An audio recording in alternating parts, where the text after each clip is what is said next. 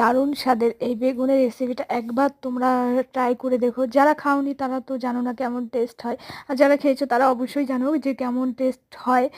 তো প্রথম বেশি কিছু লাগে না, বেগুনটাকে সামান্য মানে ছোট ছোট করে ডুম করে কেটে নিয়েছি, পেঁয়াজ রসুন থেতো করে নিয়েছি, আর কাঁচা লঙ্কা ধনেপাতা, ব্যাস এতটাই কি বলবো খেতে। তো প্রথমে তেল গরম করে কালো জিরা দিয়ে দিলাম, তারপরে রসুন থেতো করা ছিল ওটা দিয়ে দিলাম, তারপর লঙ্কা কুচি আর পেঁয়াজ কুচিটা দিয়ে দিলাম, লাল লাল করে ওটাকে ভেজে নেব। ভেজে নেওয়ার পরে এবার বেগুনগুলো যে কেটে রেখেছিলাম সেই বেগুনগুলোকে দিয়ে দিব। বেগুন, হ্যাঁ, টমেটো ছিল আমার ঘরে, তো টমেটোটাকেও কুচি করে দিয়ে দিয়েছিলাম। তারপরে লবণ আর হলুদ গুঁড়ো দিয়ে দিলাম। তারপরে যাই হোক ভালো মতো ভেজে নিই, তবে যতক্ষণ না মানে লাল লাল করে ভাজা হচ্ছে। আমি কিন্তু কোনো জল টল দিইনি, আস্তে আস্তে ভেজেছি, একদম নেতিয়ে গেছে বা নরম নরম হয়ে যাবে। তোমরা যদি পারো বেগুনটাকে ছুলে দিলে আরও মনে হয় ভালো হবে, আমার মনে হলো। আমি তো আগেও খেয়েছি, ছুলে একবার খেয়েছি।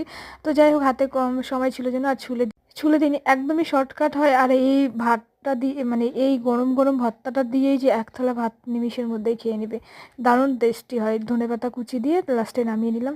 এই দেখো, তোমরা একবার সবাই ট্রাই করে দেখো, দারুণ হয় খেতে, দারুণ।